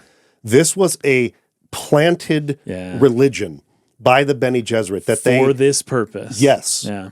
They sowed the seeds. They're using them to a degree that to me felt so disturbing. Yeah. This is sacrilege like times 1,000. Like this is it's horrible. Horrific behavior. It's horrible. Yeah. And it really bites them because I mean, and of course the Fremen are largely sort of inspired by Arab cultures, I think so, and by Islam. You have a lot of words there. The Shai Halud for the name of the worms. You got also Lisan al-Gaib, Muad'Dib, like all these words. Of course. So and they just straight up use the word jihad in the book. That's right. The Butler, the Holy Butlerian War. jihad. Yeah, like the Holy War that Paul ends up seeing that these Fremen are going to go on and just wreak complete freaking chaos across the galaxy. And the Bene Gesserit, by planting this religion all about the Lisan al-Gaib, all about, this voice from the outer worlds that would come, they caused this by culturally, I don't know if cultural appropriation is not the right word. Cultural What's the opposite manipulation. They take over that culture and force it into this direction with this religion that they plant there to control them and eventually lose control entirely. And the amount of death that causes is just unimaginable. Oh, yeah. I think there's numbers in the books, but it's like insane. Like 60 billion people die or something like that. Just unbelievable numbers of people die because of this. So it's just really, you sit back and think about that. The crime in and of itself of what they did to that culture is just, to me, just super disturbing. Right. But then the result of it, what they actually do, is just man. it's very intense. It's very intense. But also it couldn't have been any other way because when you the misuse of religion is dealing with powers beyond your comprehension. Yes. And you meddle with that stuff at your own risk, right? Yeah, exactly. This also reminds me, I don't know when this happened, but the part where he's having that dream about the future or what. Probably in the tent. Intuitions. Was it in the tent? Well, there's two. Oh, okay. So there's two points where he's having the one where he's dreams. like, they were saying my name. And that's when they're in the tent. That's so in the tent. Okay. They escape. So Yue provided a way for Paul's son and concubine to escape. He took his Dougal signet from his hand. He said, I'll give this to them. Don't worry. Right. I'll make sure they're safe. But you have to die in order for me to kill the Baron. So Yue isn't like the worst betrayer traitor ever, but pretty bad stuff. You could do without him. But there's worse guys than him. He's an honorable traitor. So they escape, and he gave them Fremen technology to be able to sort of hide out there in the desert and survive. He gave them still suits. He gave them, and then Duncan Idaho escapes and kind of takes them. That's right. To Kynes and anyway, but they're in that tent, the still tent they call it, that recycles the water lost. Because he's just crying and sweating and you're losing tons of water, and it's like, what's going to happen? But then they show those shots of like the water being collected and going through these little veins, super cool. And then the next day, it's like, here it is. Yep. It's like 1 cup of water. That's sweat how much tears. Sweat and tears. And in the book, he describes the taste as being a bit brackish. Brackish. So it's not salty. It's not necessily tasty, not filtered. Clear water. It's certainly recycled from sweat and tears. Yeah, that's funny. Whatever, man. If it's survival, right? Right. But that's when he has the dream. So you're going to go into that. And then so he has that dream, but he's just shouting, vision, I guess. saying they're using my name. They're shouting my name, but they're killing people by shouting my name, and he's just freaking out and losing it. And she might kind of know what he's talking about. Yeah. Well, instead of being like, "Oh, I'm so sorry," she's just like, "Oh, what is it? What are you seeing?" Oh, she's trying to like understand too, because she's kind of part of the whole plan of the Bene Gesserits. Yeah. And so she's like, but she knows also that he has these intuitions about the future. And so she's maybe not so much just straight up comforting him the way a mother would or should, but instead she's trying to like ask him questions and understand, like, what are you seeing? What are you seeing? What stage are we in the process right now, so that I can be prepared?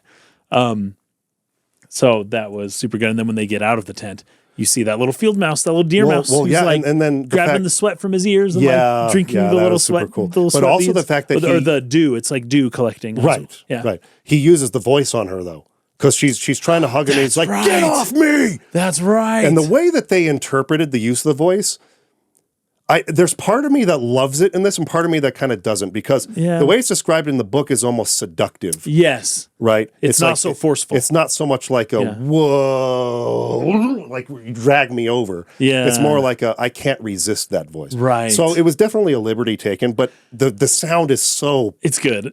Punchy. It's very punchy. Really cool. Which reminds me too, we kind of skipped over this part, but they had gotten taken captive a little bit beforehand, but he was able to use the voice to get them, because they had taped over Jessica's mouth because they knew she was a Bene Gesserit. Yeah. But they didn't know that he could do that same kind of thing. And so he tries once. He's like, let my wife or let my mom remove her gag, I think. And they just like slap him, and they're just like, shut up, go away. Like, this isn't And she helpful. does the hand signal. Yeah. Like, we haven't talked about that either, but get the pitch right. Yeah. Yeah. So then he tries again, and he gets it that time. So that's the first time he ever did it correctly, I think. It was right then. And then he does it again, trying to like push his mother away. And this is kind of him learning how to use it, but in maybe more of an angsty teen way. Yeah. And then you come out and you see the field mice, and you just see how life kind of lives out here. They come out of the sand too, which I didn't realize this tent was like under the sand. Yeah, it was they like use in that the sand. compactor to sort of like That's be right. able to get into there, right? Yeah. Yeah, part of the Fremen technology. But I love how they portray the dual sides of Jessica. So there's Jessica the mother, and she and is Jessica a good mother. the Bene Gesserit. And even her husband mentions that. Leto mentions that. I'm not asking the mother if you'll protect him. I'm asking the Bene Gesserit if you'll protect him. And she kind of doesn't say anything. She doesn't give an answer. Yeah. Oh well. She kind of dodges that question. Yes, she does. But I love the way that the performance shows that two sides of that. Yeah. Because one, it's how distraught she is when he's going through the test of the Gom Jabbar. And I liked that they added that. They put more of the mother into her in that scene. Yeah. But here too, when he yells at her, like, "Get off me, you Bene Gesserit made me a freak." Yeah, that's right. She's like just destroyed as the mother. Yeah. by that. Well, and then she approaches him again, and he doesn't tell her to go away the second time. She hugs him that time. And which is so funny because the first time she approached him, as I was kind of alluding to, she was kind of being the Bene Gesserit, just kind of asking questions and like, what are you seeing? Oh, that's fine. Don't worry about it. And he tells her to leave. But then when she approaches him again, it's the mother that's approaching him, and he can tell the difference. Yes. He knows, like, okay, this is my mother now. It's a very, very good moment for the film. Yeah, and this is also the point in the story where he starts kind of taking control. Yeah. Like he starts kind of stepping into his manhood. Right. And basically like she's not leading him around anymore. Yep. He's leading her. He's leading her. Yep. Yeah. Yep, which is a very important stage in psychoanalytic development.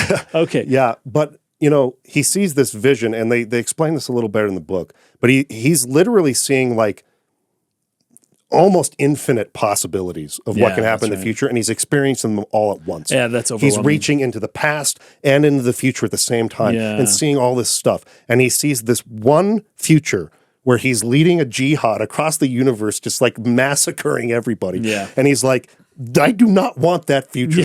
Paul in the book is like so pissed at himself because he can't feel anything. He has this total dispassionate reaction to it. Yeah. Where he's like, I can't mourn my father. Why? And that's why he gets so mad at her for making him a freak. Right, because in addition to the visions he's seeing, he feels like he can't feel like a human being anymore. He turned into something else. Well, the Mentat is by nature hyper rational, just extremely, extremely rational. And so in order to become a Mentat, I think that was part of the training. Part of the like, training. Don't emote, just think. But also, he literally had the evolutionary moment in the tent. They do show this if you know this and you watch what happens, he's like, sort of like, he got that little light and he's like, oh, there's spice in the tent. Yeah, and then all of a sudden there's just this boom, he starts seeing the visions. He awoke as the Kwisatz Haderach in that tent because of the spice interaction. And but he did get the spice when he was next to the thing. In the movie, they also added the scene where they're when saving the worm the thing. eats the harvesting vessel. That was crazy. Where he kind of like has a psychedelic moment. That's not in the book, but they kind of added that. So they kind of had two steps of the awakening in the film. But it's in the tent where he is now the Kwisatz Haderach, right? Yeah. Well, actually, that's not technically true. Maybe it's just like he's much closer to it. Yeah, there's another thing. There's another thing that happens later. However, we want to talk about that's in part 2. Yeah, that'll be part 2. But at least the visionary part of it, the seeing all the possibilities part of it. And he's also this unfeeling person now. And he's like, is this what it means? Like, can I no longer, is it going to be impossible for me to mourn my own father? You made me a freak. Yeah. What did you do to me? Right. That was all added context to that scene that movie can't get perfect, but it was very good. But it's still great. Still great. It was so good. Oh, another thing, since we brought up the sandworms, I guess we're about there anyways. Yeah, we're close. The sandworms the way that they look, they got that sarlacc pit. Yep. They do. They basically look like a sarlacc pit. It's exactly what they look like. So they, these worms, the way that they look in this film, they're a little more like flat, less of like a typical worm with like maybe a little more of a point to the head. Right. They're more like there's types of worms like I can't a think of what tube they're. almost. Like parasite. Yeah. And they look just like the hyper transporters in Dune. Oh, you're right. Those the ships. big, cylindrical kind of tubes, right? That's true. And that's how they can do their fast travel, right? And then I love that you called it fast travel. I will continue to do that. I will continue to do that. Gaming term, fast travel. They're fast traveling.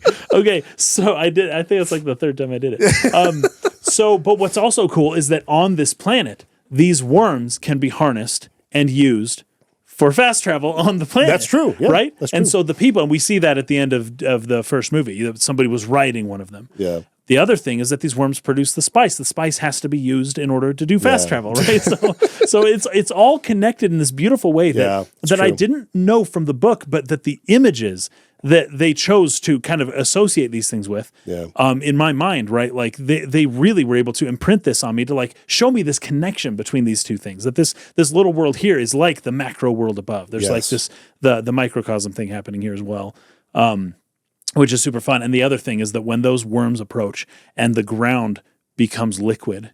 Right, you start to sink into the ground those because vibrations they're vibrating. The liquefaction, right? Almost looks like a wave of an ocean. Or yes, something. Yeah. which is so cool because you're on a freaking sand planet, right? You're on a sand planet, and then it's not a sand planet.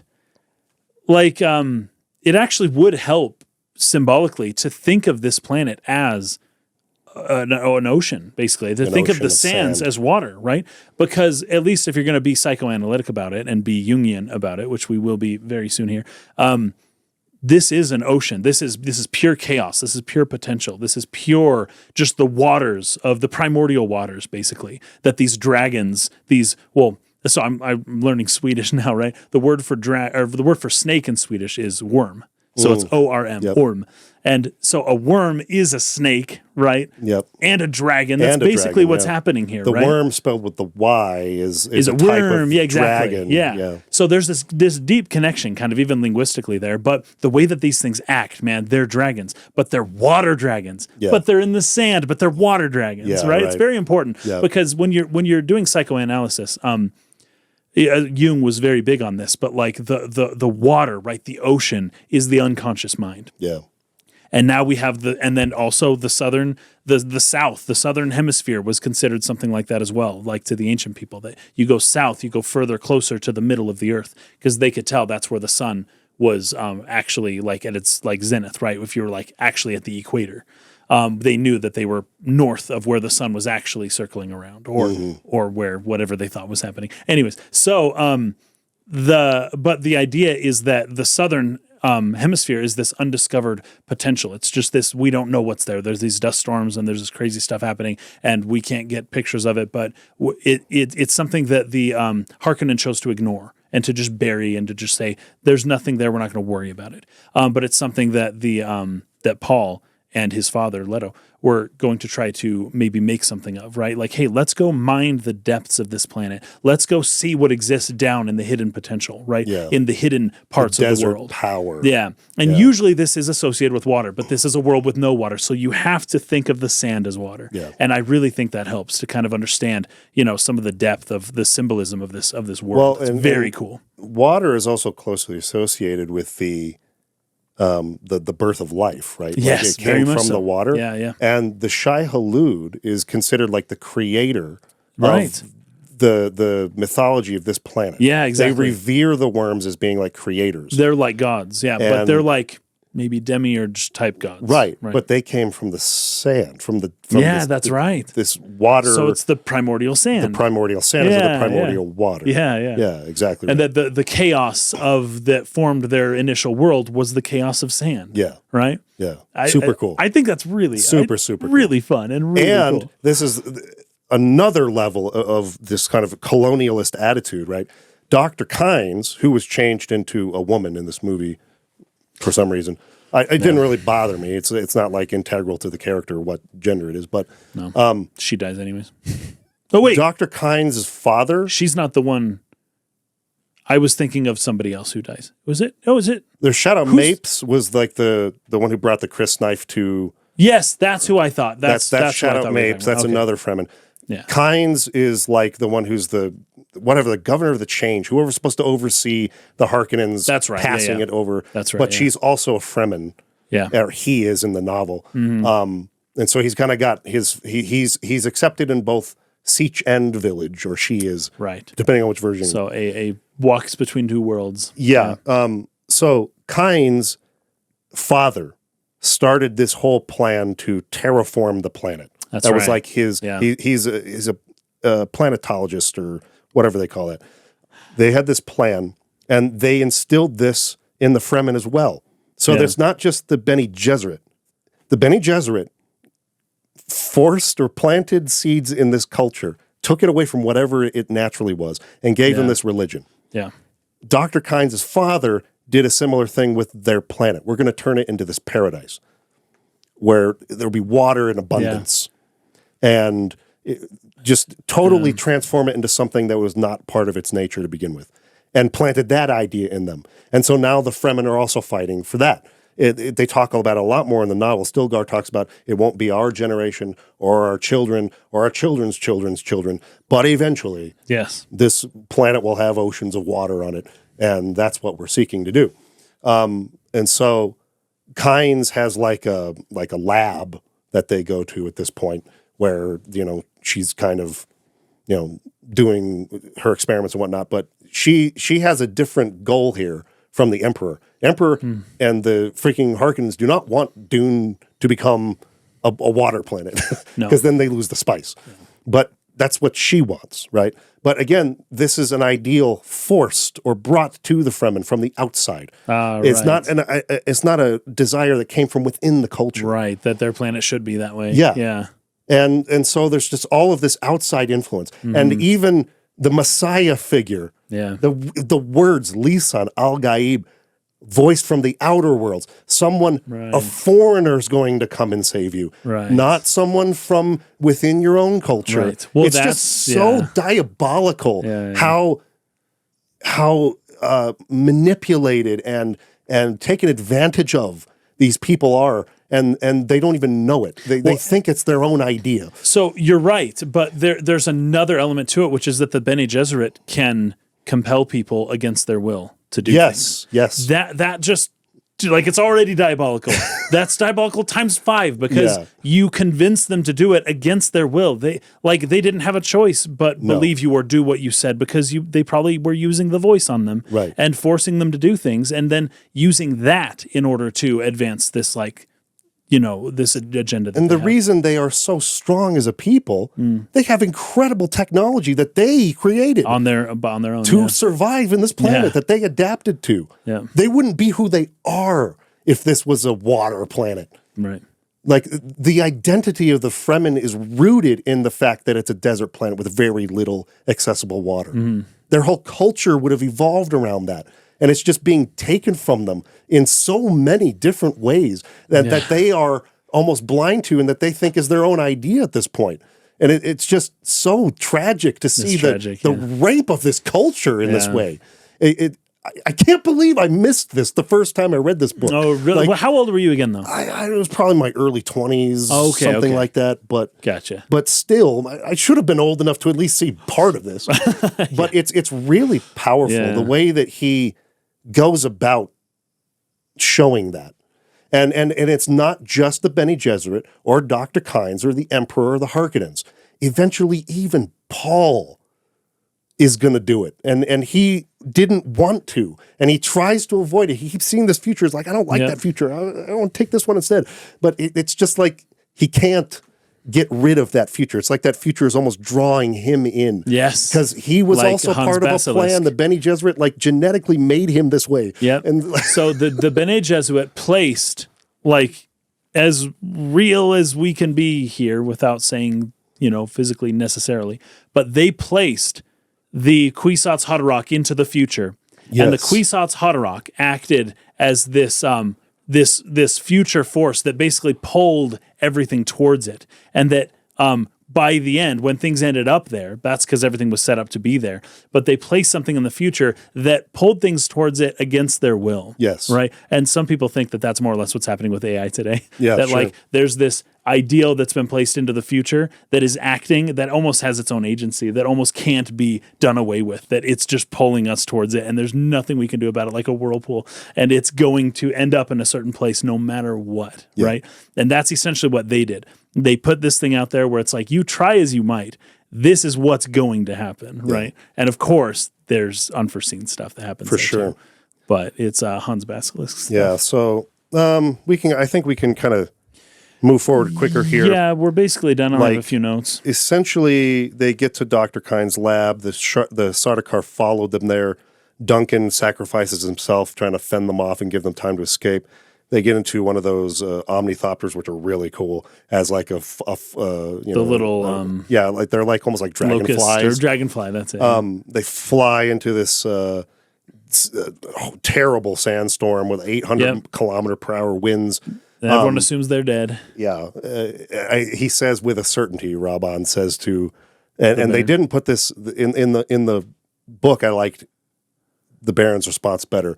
Like, you think I'm going to reward you or praise you for telling me that something's a certainty that isn't.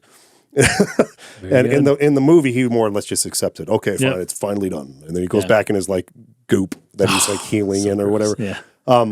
Anyway, they survive that. They get out. They end up meeting the Fremen, Stilgar, and they have to be tested. They initially want to kill her, but he's young enough to adapt to our ways. So they find out she's a Bene Gesserit, that she has all these. She's a weirding woman, I think they call her. The weirding ways, she has a fighting style that they could learn from. But she did disarm the leader of the tribe, which means that. So that means just the way that their tribe works is whoever's the strongest is the leader. She disarmed the guy, but she doesn't want to fight. Well, then who's going to fight on her behalf? It's going to be him. It's going to be Paul. And this other guy says, "Well, I'm going to challenge the leader." So now they have to fight. Yeah. This does happen in the book, but it happens later. Like they travel with them for a while, and Jameis just continues to stew because he had been disarmed by Paul. He's like, "It was an accident." It's like, you caught me off guard. Yeah. But eventually they do have this fight. They have to fight, and of course Paul can't lose because he's so well trained. Yeah. But what's great though is this is the first time he meets this woman that he has been dreaming about throughout this whole movie. And the woman of his dreams. Yes, it's literally. It's literally and also literally, what is that? That is the anima, right? Yeah. So this is this is his counterpart, right? And this is the person that he's been visualizing, but that he's been unsure of and doesn't know why this is happening because he's a adolescent male now. So he's got these dreams about these girls, but this girl, not these girls, this one girl, always the same girl. And then he meets her, right? So his anima is now projected. It's a real thing. It's like right there in front of him. And he has to kind of integrate this or get past this somehow in whatever way in order to really fully individuate so that he can become the Kwisatz Haderach, which is the fully integrated self. And I think Herbert read a lot of Jung, and I think he did this all on purpose. Yeah, it would make sense. Jung was pretty big deal back in the 60s, of course.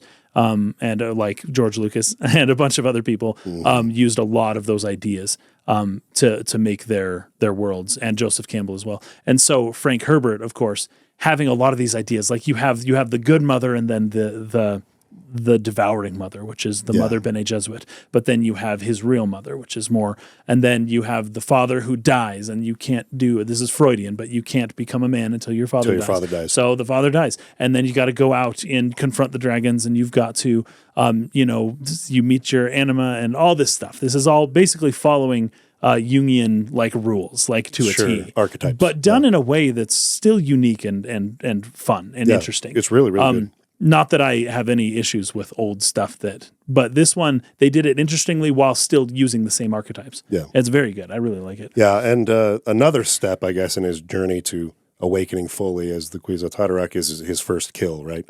He tries not to kill him, and but that's the rule. There's it's an like honor, their law. Yeah, like, and they thought he was playing with them. They were actually offended. It's more pointed in the book. Yeah, but they were horribly offended that he was just toying with the guy and refused to kill him. Yeah. He was like, "Do you yield?" And it's like, there's no yielding. What are you doing? And that guy was The actor did such a good job in the movies. He's just like shaking his head, and he knows like he has to do this, but he can't win. Now everyone thought he was going to win. Because this kid, like, what's this kid going to do? Yeah. And after a while, it became so clear that this guy's going to die, and this guy knows it too. Yeah. Like, I can't win this fight, but like, he can't not fight, right? It's his honor. This is how their whole society works. And I think that Paul thought he was going to be hurting his chances of forming an alliance with this group by killing one of them. Yes. But it's the opposite. Yes. By participating in their culture and by following their rituals the way that they have carried them down for thousands of years, he is actually showing respect for their culture. Yeah. And they are going to allow him in easier now, even though he just killed one of their friends. Yeah. I was so sad when I didn't realize it because I hadn't remembered it when I saw the movie the first time back in 2021. But now reading the book, I'm retro sad that they didn't include the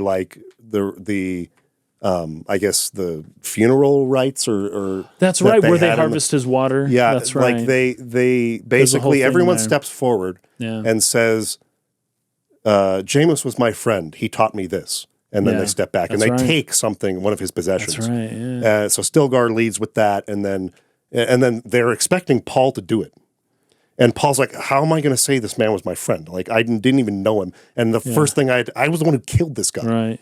Right. But he actually gets really emotional and he starts crying. And they all react like, he gives his water to the dead. Yeah. Like, oh my goodness, that's like such a show of respect. Yeah. They're all like totally blown away. I love that. That's so good.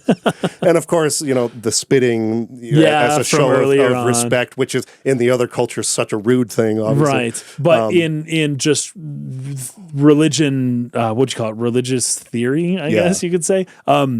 That religion is basically predicated on the idea of sacrifice, like giving up something for a future benefit, right? So it's like, I will sacrifice my own water so that we can, unite under something higher than both of us, and we will both give of ourselves to this relationship, which is this invisible thing.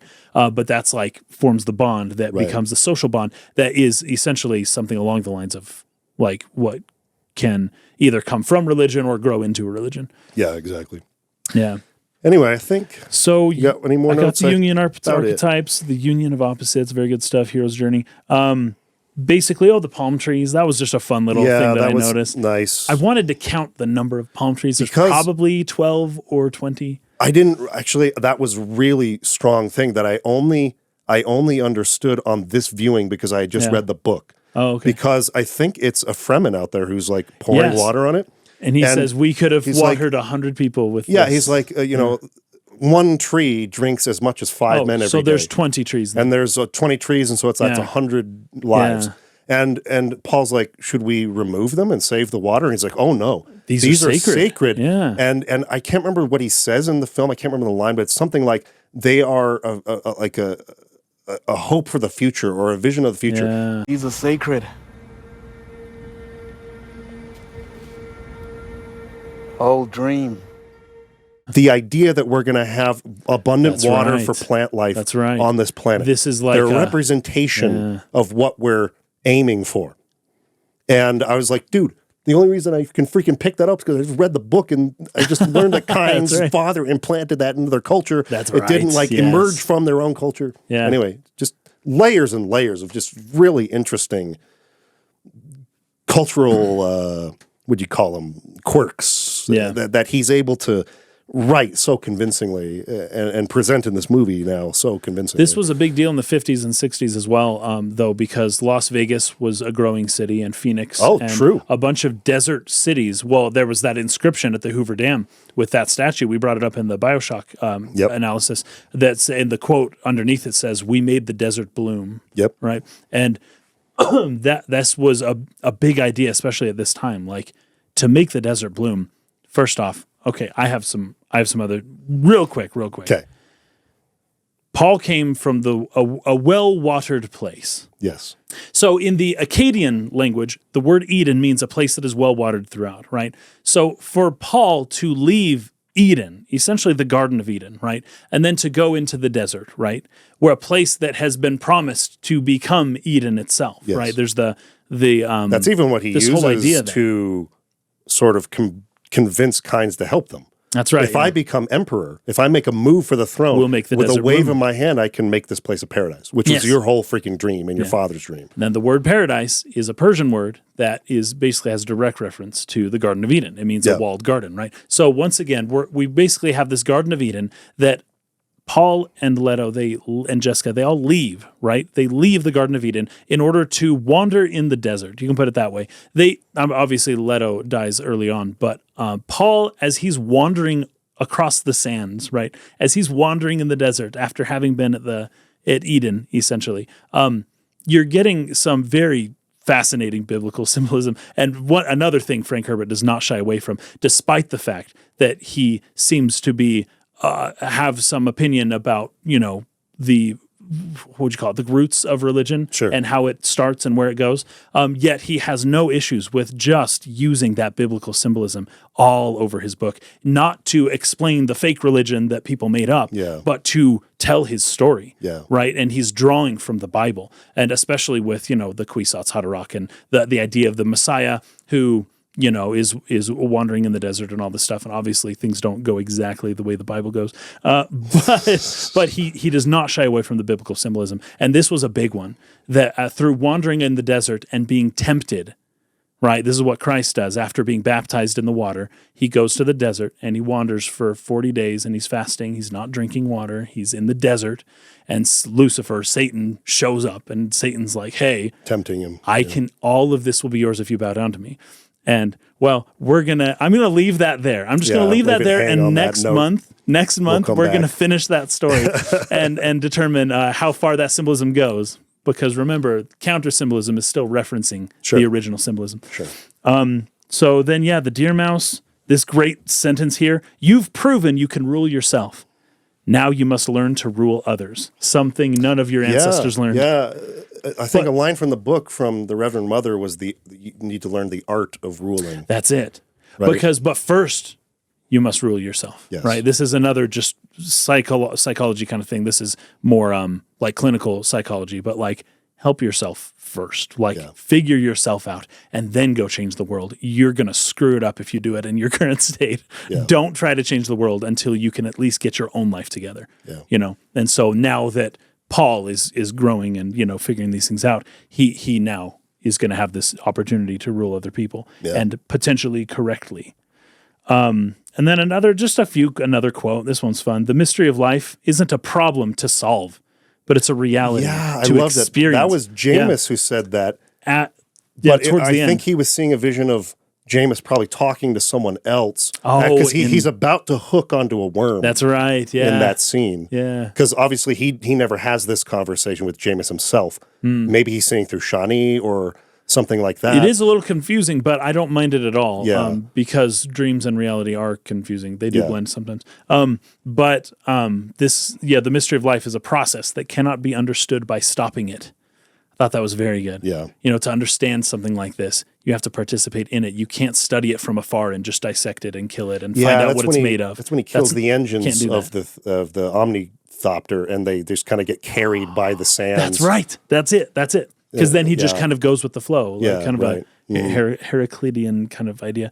And then the other one, because we did talk about, these are just the last two notes I have, we did talk about how he killed the guy, but we didn't talk about the voice that he heard when he did so, which was to kill is to die. Yes. To take a life is to take your own life. Yeah, because he again is becoming something else. Exactly. Yes. He's in the process of being reborn, basically. And there's lots of good symbolism to that. We'll probably have to wait till next time. But he is being reborn, and there's multiple ways that multiple stages of his rebirth that we're going to notice, that we're going to see going into the next film. But the first, he's already passed the first stage, but one of the stages here is killing somebody else. When you kill somebody, you die, but you are reborn, a new person. You're not the same person you were before you killed that person. Yeah, right. And now everything's going to be different. But this is an essential part of him becoming who he is. He can't be who he was. He has to become a new person. Yeah. So in killing, he becomes reborn anew. Now, I'm not suggesting anyone do that. But don't go out and kill somebody. This is some symbolism. This is all you will be a different person. Theoretical, symbolic. But okay. It's not literal. The last one, he chooses to be named after the deer mouse. Yep. So essentially, the deer mouse, this small thing that can somehow survive in the desert against all odds, and just the smallest of life that lives on like whatever water that it can like gather on its own, and very efficient at recycling its own water. Very much probably so, where the idea of still suits even came from. Oh, probably was from this creature observing these things. So very interesting, and that's essentially where we're at. So this is the archetype of the king in exile is where we're at now. Yeah. So the king has been exiled, but the return of the king is what is going to happen soon. Yep. Last thing that I forgot to mention, again, a difference in the book, and one thing I really loved in the book, in the tent scene, I think Jessica says something like, the Kwisatz Haderach. She's like in awe of and also very, very afraid of what's happening. Yeah. And he says, no, I am something unexpected. That's right. And that line, I'm so this is sad that didn't good. go into the movie because Was it in the trailer? It was no. It was. It's in the book. It's in the book. Yeah, gotcha. It really ties into what I really took away as like the main theme of this, Yeah. which is you cannot control, no matter how diabolically thorough you are in all of your calculations, something unexpected will come up. And so he's not their promised Kwisatz Haderach. He's something else. He's Paul. And he's going to take humanity in a direction that is the future of the race, of the species, like Right. they wanted, but just not the way they wanted it or in under their control like they Right. wanted it. He's Yeah. not that. He is something different, something that they did not expect. And I just think that's the beautiful, I guess, irony from the perspective of the Bene Gesserit there. Yeah. The 10,000 years or however long got down to, we just needed one more generation. And one generation too early, you got the Yeah. wrong mutation with the unexpected result, and the whole thing was for naught. Amazing. Yep. Anyway. What That's was it. it? What is her line? Our something is measured in centuries. I can't remember what it was. Yeah. Our plans are measured in centuries. Yeah. Ah, poor old woman. Poor veiled I don't feel old bad for woman. them at all. At all. Anyway. And they ruled from the shadows. That's very important to know. Even the Duke kind of mentions this in his the last night where he's with her.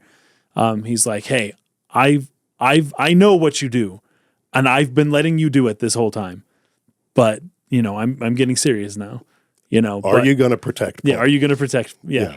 And he knew that and I brought this up for FF16, like women have there's a feminine power. Soft power there. There's a soft power that rules behind the scenes that is unseen but has had its hand all throughout history. It's a horrible, horrible mistake to say that history is nothing but like men deciding things. Like women are very powerful and have been. And this Dune does a great job of showing, some of the ways that hidden feminine energy can really like control the world or exercise its hand, in pretty big ways. All right, everybody. It was a long couple of episodes we filmed today. We got to go, but we appreciate you. Yes. Thanks for watching. Thanks for supporting the channel. We'll see you next month.